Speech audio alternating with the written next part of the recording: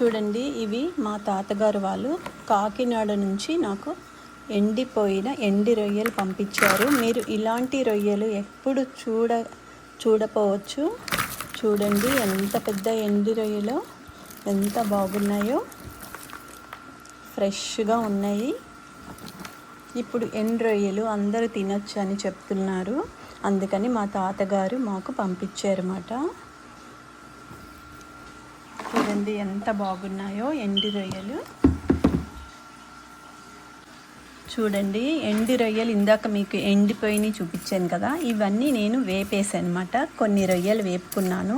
ఇది మనం 1 month 2 months వరకు కూడా స్టోరేజ్ చేసుకోవచ్చు. ఫ్రీజర్లో పెట్టుకున్నా కూడా పర్వాలేదు, చాలా బాగుంటాయి. ఇవి పప్పు చారులో, సాంబార్లో, టమాటా పప్పులో, ఉట్టి టమాటా రసంలో కూడా నంజుకొని తింటే ఈ రుచే వేరు, అద్భుతంగా ఉంటాయి అన్నమాట. మా తాతగారు ఎంతో మంచి రొయ్యలు పంపించారు. తాతగారు అండి, థ్యాంక్ యూ సో మచ్. తాతగారు మళ్ళీ ఎండు రొయ్యలు అయిపోగానే మళ్ళీ మీకు కాల్ చేస్తాను, నాకు ఎండు రొయ్యలు పంపించాలి, ఓకేనా? మీరు అందరు బాగున్నారు కదా? ఈ ఎండు రొయ్యలు చూసుకొని నేను చాలా హ్యాపీ అయిపోయాను. కరకరలాడే ఎండు రొయ్యలు. ఇప్పుడు ఈ ఎండు రొయ్య తిని మీకు చప్పుడు వినిపిస్తాను, చూడండి.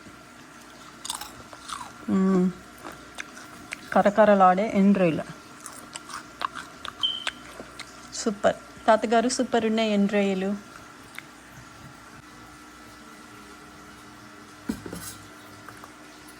చూడండి, వేపిన ఎండు రొయ్యలు నేను ఒక స్టోరేజ్ బాక్స్లో తీసుకున్నాను. మనం ఇవి అప్పుడప్పుడు కొన్ని తినచ్చు, ఏమీ పాడవ్వవు.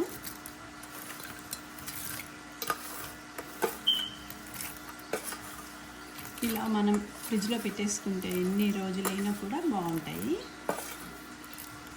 చూడండి, క్రిస్పీగా ఎండి రొయ్యలు వేపాను. మంచిగా ధనియాల పొడి, జీలకర్ర పౌడర్, కారం, ఉప్పు, పసుపు